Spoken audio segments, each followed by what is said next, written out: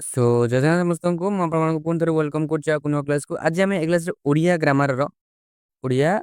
Grammar top selected ଆଉ most important MCQ ସବୁ କରିବା, ଯୋଉ ସବୁ କ୍ୱେଶ୍ଚିନ୍ ଆପଣଙ୍କ ସମସ୍ତ ଏକ୍ଜାମ ପାଇଁ ବହୁତ ଗୁରୁତ୍ୱପୂର୍ଣ୍ଣ ରହିବ। ତ ନିହାତି ଭାବରେ ଆପଣ ଯଦି କୌଣସି କମ୍ପିଟେଟିଭ୍ ଏକ୍ଜାମିନେସନ୍ ପାଇଁ ପ୍ରିପାରେସନ୍ କରୁଛନ୍ତି, ତେବେ ଏହି କ୍ଲାସଟି ଆପଣମାନଙ୍କ ପାଇଁ ବହୁତ ହେଲ୍ପଫୁଲ୍ ବା ଉପଯୋଗୀ ରହିବ। ତ ଡେରି କରିବାନି, କ୍ଲାସଟି ଷ୍ଟାର୍ଟ କରିବା। ତ ଆଜିର ପ୍ରଥମ ପ୍ରଶ୍ନ ଆପଣଙ୍କର ଏକ ନମ୍ବର ପ୍ରଶ୍ନ କି ନିମ୍ନଲିଖିତ ପଦମାନଙ୍କ ମଧ୍ୟରୁ କେଉଁଟି ଭୁଲ ବିଶେଷ୍ୟ ପଦ? ଆମକୁ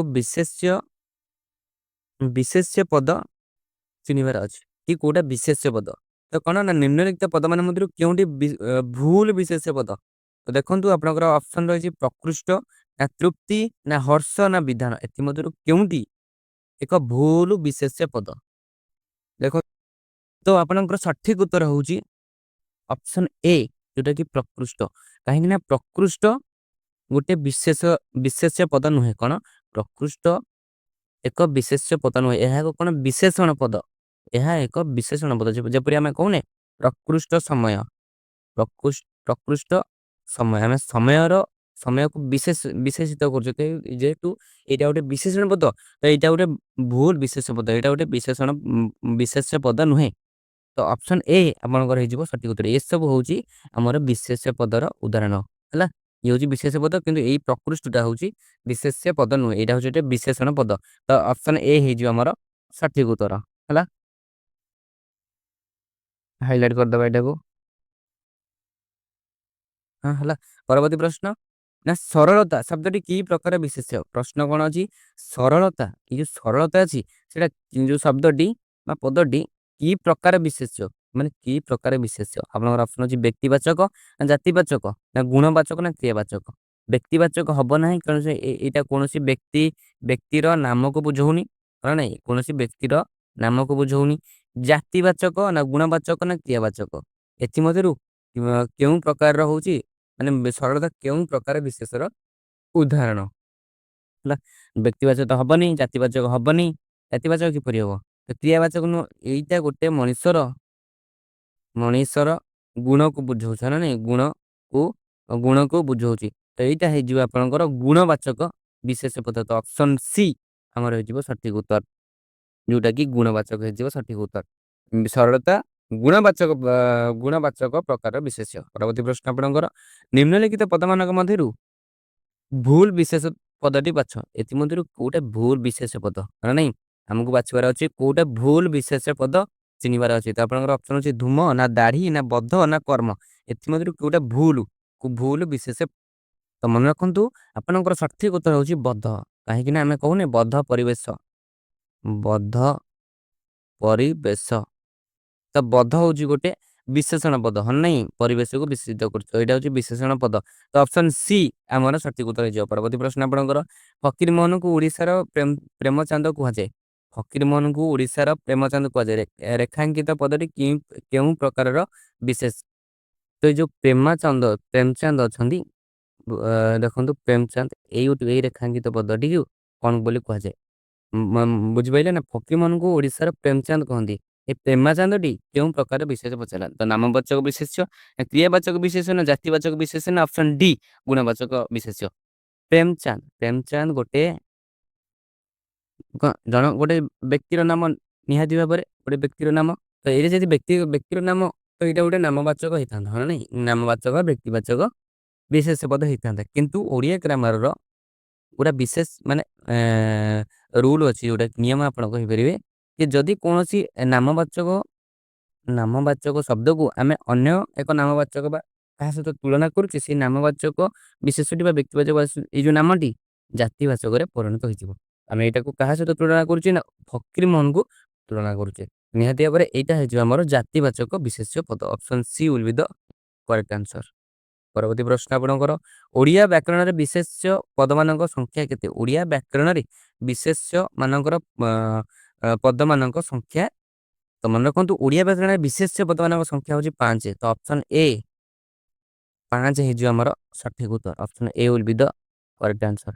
ଯୋଉ ପାଞ୍ଚଟି ଅଛି, 5ଟି ପଦମାନଙ୍କ ଯୋଉ ଅଛି ବିଶେଷ ପଦମାନଙ୍କ ନାମ ହଉଛି ନାମବାଚକ ବା ବ୍ୟକ୍ତିବାଚକ, ତାପରେ ଜାତିବାଚକ, ଆଉ ଅଛି ଗୁଣବାଚକ ବା ଅବସ୍ଥାବାଚକ, ମାନେ ଆଉ ଅଛି ବସ୍ତୁବାଚକ ଆଉଟା ହଉଛି ଆପଣଙ୍କର କ୍ରିୟାବାଚକ କଣ ନା କ୍ରିୟାବାଚକ। ଜାଣି ପାଞ୍ଚଟା ଏ ହଉଛି ଆପଣଙ୍କର ପାଞ୍ଚଟି ବିଶେଷ ପଦମାନ ଅଛନ୍ତି। ପରବର୍ତ୍ତୀ ପ୍ରଶ୍ନ ଆପଣଙ୍କର 6 ନମ୍ବର ପ୍ରଶ୍ନ, ନିମ୍ନରେ କେତୋଟି ବିଶେଷ ପଦ ଅଛି? ଏଠାରେ କେତୋଟି ବିଶେଷ ପଦ ଅଛି?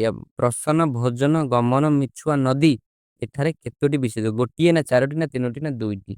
ତ ଏଠାରେ ବିଶେଷ ପଦ ହଉଛନ୍ତି ଭୋଜନ, ଗମନ, ନଦୀ, ତିନୋଟି ହବ। ତିନୋଟି କେତୋଟି ନା ତିନୋଟି। ଆଉ ପ୍ରସନ୍ନ ମିଛୁଆ ହେଇଯିବ ବିଶେଷଣ ପଦ, କଣ ନା ବିଶେଷଣ ପଦ, କାହିଁକି ନା ଏ ବିଶେଷ୍ୟ ମାନେ ବିଶେଷିତ କରୁଛି ନା ନାଇଁ, ଏଇଟା ହଉଛି ବିଶେଷଣ ପଦ। ତ ଏଇ ତିନୋଟି ହେଇଯିବ ଆପଣଙ୍କର ବିଶେଷ୍ୟ ପଦ, ଭୋଜନ ହେଇଯିବ, ଆଉ ଗମନ ହେଇଯିବ, ନଦୀ। ତ option C will B the correct answer. ପରବର୍ତ୍ତୀ ପ୍ରଶ୍ନ ଆପଣଙ୍କର, ନିମ୍ନଲିଖିତ ପଦମାନଙ୍କ ମଧ୍ୟରେ ଭୁଲ ବିଶେଷ ପଦ ଚିହ୍ନ ଚିହ୍ନ ଚିହ୍ନ କଣ? ନିମ୍ନଲିଖିତ ପଦମାନଙ୍କ ମଧ୍ୟରେ ଭୁଲ ବିଶେଷ ଗୁଡା ଚିହ୍ନଟ କରିବା। ଆପଣଙ୍କର ଅପସନ ଅଛି ସାକ୍ଷ୍ୟ, ନା ଅପସନ ବି ମାଂସ, ନା ଅପସନ ସି ସୁଣ୍ଡି, ନା ଅପସନ ଡି ଦାଇ। ଏଥିମଧ୍ୟରୁ କେଉଁଟା ଭୁଲ ବିଶେଷ୍ୟ? ମନେ ରଖନ୍ତୁ ଆପଣଙ୍କର ସଠିକ ଉତ୍ତର ହଉଛି ଦାଇ, କାହିଁକି ନା ଦାଇ ଗୋଟିଏ ବିଶେଷଣ ପଦ। ଦାଇ ଗୋଟିଏ ବିଶେଷଣ ପଦ, ବିଶେଷଣ ପଦ, କାହିଁକି ନା ଆମେ କହୁନା ଦାୟୀ ରହିବା ହେଲା, ଇଏ ଗୋଟେ ବିଶେଷଣ ପଦ, ଏଇଟା ବିଲକୁଲ ବି ବିଶେଷ ପଦ ହେଇପାରିବ ନାହିଁ। ତ ଆପଣଙ୍କର ଅପସନ ଡି ହଉଛି ବିଶେଷ, ମାନେ ଏଇଟା ଭୁଲ ବିଶେଷ ପଦ। ତ ଅପସନ ଡି ଆମର ହେଇଯିବ ସଠିକ ଉତ୍ତର ହେଲା, ଏ ସବୁ ବିଶେଷ ପଦ। ପରବର୍ତ୍ତୀ ପ୍ରଶ୍ନ ଆପଣଙ୍କର, ନିମ୍ନଲିଖିତ ପଦ ମାନଙ୍କ ମଧ୍ୟରୁ କେଉଁଟିକ ଭୁଲ ବିଶେଷ? ପୁଣି ଥରେ ଭୁଲ ବିଶେଷ ଚିହ୍ନିବା। ନୈଶ, ନା ଗଙ୍ଗା, ନା ନିଧାନ, ନା ଭୋଜନ, ଏଥିମଧ୍ୟରୁ କେଉଁଟା ଏକ ବିଶେଷ ମାନେ ଭୁଲ ବିଶେଷ? ଆପଣଙ୍କର ସଠିକ ଉତ୍ତର ହଉଛି ନୈଶ, କାହିଁକି ନା ନୈଶ କଣ ଗୋଟେ ବିଶେଷଣ ପଦ, କଣ ନା ବିଶେଷଣ ପଦ। ତ ଅପସନ ଏ ଆପଣଙ୍କର ସଠିକ ଉତ୍ତର ହେଇଯିବ ହେଲା। ନୈଶ ଏକ ବିଶେଷଣ ପଦ, ନାହିଁ କି ସେ ଗୋଟେ ବିଶେଷ ପଦ। ବିଶେଷ ପଦ, ବିଶେଷ ପଦ ହେଲା। ନୈଶ ଗୋଟେ ବିଶେଷଣ ପଦ, ଏଇଟା ବିଶେଷ ପଦ ନୁହେଁ ହେଲା। ଇଏ ସବୁ ଗଙ୍ଗା ବା ନଦୀର ନାମ ହେଲା ନାଇଁ, ଇଏ ସବୁ କଣ ବିଶେଷ ପଦ, କିନ୍ତୁ ନୈଶ ଗୋଟେ ବିଶେଷଣ ପଦ। ତ ପରବର୍ତ୍ତୀ ପ୍ରଶ୍ନ ଆପଣଙ୍କର, ନିମ୍ନ ବାକ୍ୟରୁ ବିଶେଷ ପଦରେ ଚିହ୍ନ। ଏଥିରୁ 10ଟି ପାଚିଲା ଆମ୍ବ ଥିଲା, ଏଥିରୁ ବିଶେଷ ପଦଟି ଚିହ୍ନେଇବା। ଆମ୍ବ ତ ନିହାତି ଭାବରେ ଗୋଟେ ଫଳର ନାମ, ହଁ ନାଇଁ, ଆମ୍ବ ହେଇଯିବ ବିଶେଷ ପଦ। ପରବର୍ତ୍ତୀ ପ୍ରଶ୍ନ ଆପଣଙ୍କର, ବାର୍ଦ୍ଧକ୍ୟ ଶବ୍ଦଟି କି ପ୍ରକାର ବିଶେଷ? ବାର୍ଦ୍ଧକ୍ୟ ଶବ୍ଦଟି କି ପ୍ରକାର ବିଶେଷ? ବ୍ୟକ୍ତିବାଚକ ନୁହଁ, ଗୁଣବାଚକ, ନା ବସ୍ତୁବାଚକ, ନା କ୍ରିୟାବାଚକ ହେଲା। ତ ମନେ ରଖନ୍ତୁ, ବାର୍ଦ୍ଧକ୍ୟ ଶବ୍ଦଟି ବା ପଦଟି ଏକ ଅବସ୍ଥା, ମଣିଷର ଏକ ଅବସ୍ଥା ବା ଗୁଣକୁ ବୁଝାଉଛ ନା ନାଇଁ, ଗୁଣକୁ ବୁଝାଏ। ତ ଇଏ ନିହାତି ଭାବରେ ଆପଣଙ୍କର ଗୁଣବାଚକ ବିଶେଷ୍ୟ ପଦ ହେଇଯିବ। ତ option B will be the correct answer. ପରବର୍ତ୍ତୀ ପ୍ରଶ୍ନ ଆପଣଙ୍କର 11 ନମ୍ବର ପ୍ରଶ୍ନ, ନିର୍ଦ୍ଦିଷ୍ଟ ଗୁଣର ନାମ ବା ଅବସ୍ଥାକୁ ବୁଝାଇଥିବା ବିଶେଷ୍ୟ ପଦକୁ କଣ କୁହାଯାଏ? ନିର୍ଦ୍ଦିଷ୍ଟ ଗୁଣର ନାମ ଆଉ ଅବସ୍ଥାକୁ ବୁଝାଇଥିବା ବିଶେଷ୍ୟ ପଦକୁ ଆମେ ଗୁଣବାଚକ ବିଶେଷ୍ୟ ପଦ କହିଥାଉ। ତ ଅପସନ କୋଉଥିରେ ଗୁଣବାଚକ ଅଛି ନା ଅପସନ ବି, ଯୋଉଟା କି ଗୁଣବାଚକ ବିଶେଷ୍ୟ ପଦ ଆପଣଙ୍କର ହେଇଯିବ। Option B will be the correct answer. ପରବର୍ତ୍ତୀ ପ୍ରଶ୍ନ ଆପଣଙ୍କର, ଗରମରେ ଦେହ ଜଳି ଯାଉଛି।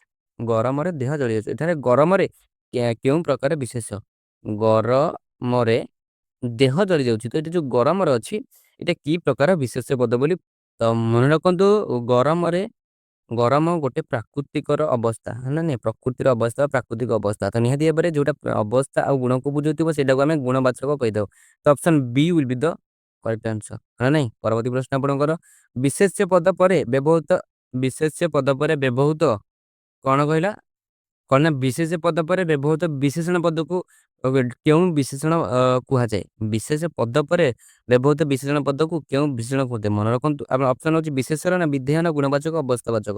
ତ ମନେ ରଖନ୍ତୁ, ବିଶେଷ ପଦ ପରେ ଯୋଉ ବ୍ୟବହୃତ ବିଶେଷଣ ପଦକୁ ଆମେ ବିଧେୟ ବୋଲି କହିଥାଉ। ତ option B will be the correct answer. ପରବର୍ତ୍ତୀ ପ୍ରଶ୍ନ ଆପଣଙ୍କର, ଛାତ୍ରଟି ଗାନ କରିବ, ଉକ୍ତିରେ ଗାନ କି ପ୍ରକାର ବିଶେଷ୍ୟ?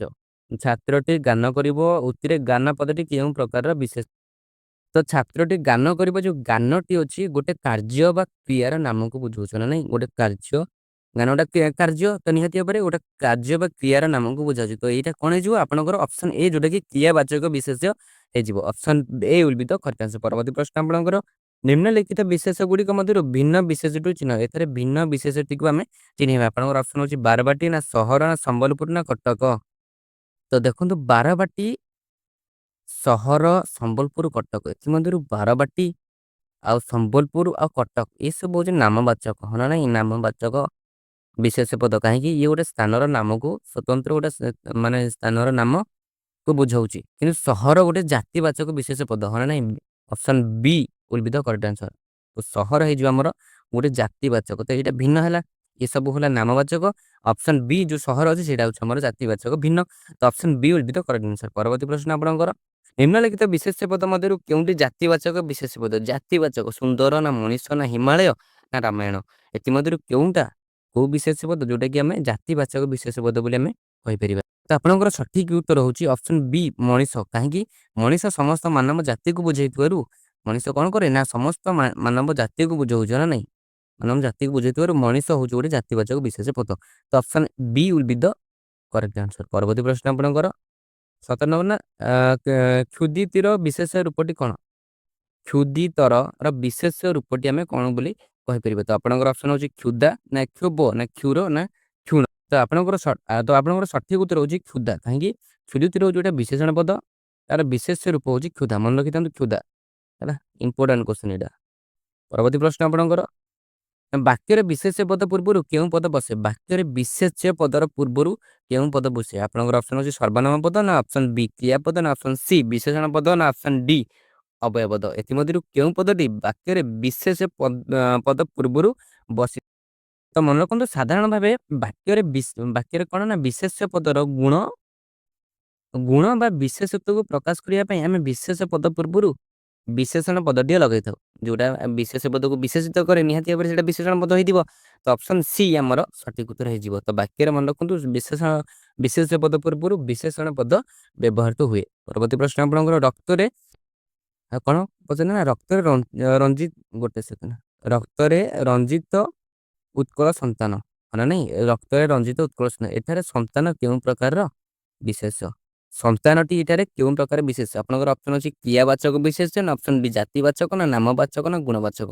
ଏଥିମଧ୍ୟରୁ ସନ୍ତାନଟି କେଉଁ ପ୍ରକାର ବିଶେଷ ତ ମନେ ରଖନ୍ତୁ ସନ୍ତାନ ଶବ୍ଦଟି ବା ସନ୍ତାନ ପଦଟି ଆମେ କହିପାରିବା ଏକ ନିର୍ଦ୍ଦିଷ୍ଟ ବ୍ୟକ୍ତିର ନାମକୁ ବୁଝାଉନି ଏଟା ସମଗ୍ର ଗୋଟେ ଜାତିବାଚକ ହେଇଯିବ ନା ନାଇଁ ଅପସନ୍ ବି ଆମର ଜାତିବାଚକ ହେଉଛି ସଠିକ ଉତ୍ତର option B will be the correct answer. ପରବର୍ତ୍ତୀ ପ୍ରଶ୍ନ ଆପଣଙ୍କର କୁକୁର ଗୋଟିଏ ବିଶ୍ୱସ୍ତ ପ୍ରାଣୀ କୁକୁର ଗୋଟିଏ ବିଶ୍ୱସ୍ତ ପ୍ରାଣୀ ଏଠାରେ କୁକୁର କେଉଁ ପ୍ରକାର ବିଶେଷ୍ୟ ଆପଣଙ୍କର ଅପସନ୍ ହେଉଛି ଅପସନ୍ ଏ କ୍ରିୟାବାଚକ ନା ଅପସନ୍ ବି ଜାତିବାଚକ ନା ଅପସନ୍ ସି ନାମବାଚକ ନା ଅପସନ୍ ଡି ଗୁଣବାଚକ ଏଥିମଧ୍ୟରୁ କେଉଁ ବିଶେଷଟି ହେଇଯିବ ଆମର କୁକୁରକୁ ଆମେ କହିପାରିବା ହଁ କୁକୁରକୁ ତ ଆମେ କହିପାରିବା କ୍ରିୟାବାଚକ ନା ଜାତିବାଚକ ନା ନାମବାଚକ ନା ଗୁଣବାଚକ ତ ଆପଣଙ୍କର ସଠିକ ଉତ୍ତର ହେଇଯିବ ଜାତିବାଚକ କଣ ନା ଜାତିବାଚକ ବିଶେଷ ବୋଧ କଣ ପାଇଁ ନା କୁକୁର କହିଲେ ଗୋଟେ ନିର୍ଦ୍ଦିଷ୍ଟ କୁକୁର ପୋଷା କୁକୁର ହଉ କିମ୍ବା ଆମେ ଯୋଉ ଗାଁରେ ବା ବାହାରେ ଯୋଉ ବୁଲନ୍ତି ସବୁ କୁକୁର ସେମାନଙ୍କ ନିର୍ଦ୍ଦିଷ୍ଟ ଏକ ଜଣକୁ ବୁଝଉନି ଗୋଟେ ନିର୍ଦ୍ଦିଷ୍ଟ ନାମକୁ ବୁଝଉନି ଯେମିତିକି ଆମେ ଦଉଛେ ବିଭିନ୍ନ ପ୍ରକାର କୁକୁର ନାମ ଦଉଛେ ସେ ଗୋଟେ କୁକୁର ନାମକୁ ବୁଝଉନି ଏଇଟା ସମଗ୍ର କୁକୁର ଜାତିକୁ ବୁଝଉଛି ଜାତିକୁ ଯୋଉଠି ବୁଝଉଛି ସମଗ୍ର ଗ୍ରୁପକୁ ବୁଝଉଛି ଆମେ କହିପାରିବା ଏଇଟା ଗୋଟେ ଜାତିବାଚକ ବିଶେଷ ପଦ୍ଧତି ଅପସନ୍ ବି ଆମର ହେଇଯିବ ସଠିକ ଉତ୍ତର। ତ ଇଏ ଥିଲା ଆଜିର କ୍ଲାସ୍ ଏଇ ସବୁ କୋଶ୍ଚିନ୍ ଆମେ କଣ କରୁଛେ ବିଶେଷ୍ୟର ଆମେ ସବୁତକ ଟପ୍ ସିଲେକ୍ଟେଡ୍ କୋଶ୍ଚିନ୍ ସବୁ ଆଲୋଚନା କଲେ ଯୋଉ ସବୁ କୋଶ୍ଚିନ୍ ଆପଣଙ୍କୁ ବହୁତ ସାହାଯ୍ୟ କରିବ ଆପଣଙ୍କ ରିଭିଜନରେ ଆପଣଙ୍କ ପ୍ରିପାରେସନରେ ଆପଣଙ୍କର ସମସ୍ତ ଅପକମିଂ ଏକ୍ଜାମିନେସନରେ ତ ନିହାତି ଭାବରେ ଯଦି ଏମିତି କ୍ଲାସଟି ଆପଣ ଚାହୁଁଛନ୍ତି ଆମେ କଣ କରୁଛେ ଏଇଭଳିଆ କ୍ଲାସ୍ ସବୁଦିନ ମର୍ଣ୍ଣିଂରେ ହଉ ଇଭିନିଂରେ ଆଣୁଛେ ହଁ ନାଇଁ ନିହାତି ଭାବରେ ଆପଣଙ୍କୁ ବହୁତ ହେଲ୍ପଫୁଲ୍ ରହିବ ଆପଣଙ୍କ ପ୍ରିପାରେସନରେ ନିହାତି ଭାବରେ ଆପଣ ଦେଖା ହେବେ ନେକ୍ସଟ କ୍ଲାସରେ ପରବର୍ତ୍ତୀ କ୍ଲାସରେ ଆମର ଇଣ୍ଡିଆନ୍ ଜୋଗ୍ରାଫି ହଉ କି ଇଣ୍ଡିଆନ୍ ଜିକେ ଯିଏ ଆସିବ ତ ଆପଣମାନେ ସବସ୍କ୍ରାଇବ୍ କରିଥିବେ ତ ଯଦି ଆପଣ ଚ୍ୟାନେଲରେ ନୂଆ ଅଛନ୍ତି ସବସ୍କ୍ରାଇବ୍ କରିବେ ଭିଡ଼ିଓ କ୍ଲାସଟି ଭଲ ଲାଗିଥିଲେ ଲାଇକ୍ କରିବେ କେଉଁ ଟପିକରେ ଆଣିବା କମେଣ୍ଟ ସେକ୍ସନରେ ଜଣାଇପାରିବେ ତ ଦେଖା ହବ ନେକ୍ସଟ ଭିଡ଼ିଓରେ ଜୟ ଜଗନ୍ନାଥ ଜୟ ଶ୍ରୀରାମ ନମସ୍କାର।